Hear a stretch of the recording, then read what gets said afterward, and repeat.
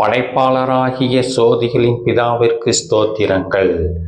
இந்த உலகத்தில் உள்ளவைகளையும் அதனுடைய வாழ்க்கையும் எனக்கு வேண்டாம் என்று வெறுத்து தங்களை வெறுமையாக்கி காடுகளிலும் குகைகளிலும் வாழ்ந்து முடித்துவிட்ட மனிதர்களைத்தான் இறைவன் என்றும் தங்கள் தேவைகளை கொடுக்க கூடியவர்கள் என்றும் நினைத்து அவர்களை ஆராதித்து வணங்கி வழிபடுகின்ற அன்பானவர்களே, இந்த உலகத்தில் ஐஸ்வர்யங்களை வைத்து இருக்கின்றவர்களிடம் நாம் ஏதாவது உதவிகளை கேட்டால் அவர்கள் நமக்கு எந்த ஒரு உதவிகளையும் செய்வதில்லை. அப்படி இருக்கும்போது தங்களை வெறுமையாக்கி வாழ்ந்து முடித்தவர்களை நோக்கி எனக்கு உதவிகளை செய்யுங்கள் என்று நீங்கள் கேட்டால் அவர் என்ன சொல்வார்? நான் என்னை வெறுமையாக்கி விட்டேன், என்னிடத்தில் ஒன்றும் இல்லை என்று சொல்வார் அல்லவா?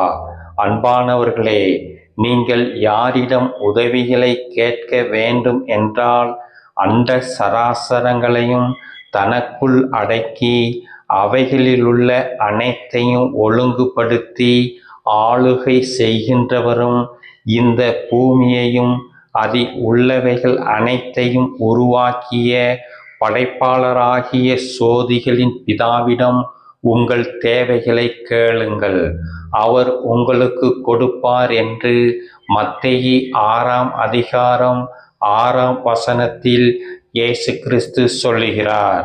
படைப்பாளர்தான் எல்லா உயிர்களுக்கும் தகப்பனாகவும் தாயாகவும் இருக்கின்றார்.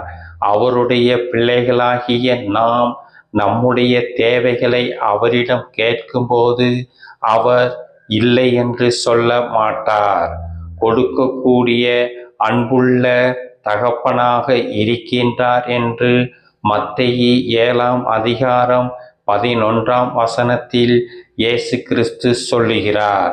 அன்பானவர்களே, படைப்பாளர் ஒருவருக்கே உங்களுடைய துதி கன மகிமைகளை செலுத்துங்கள்.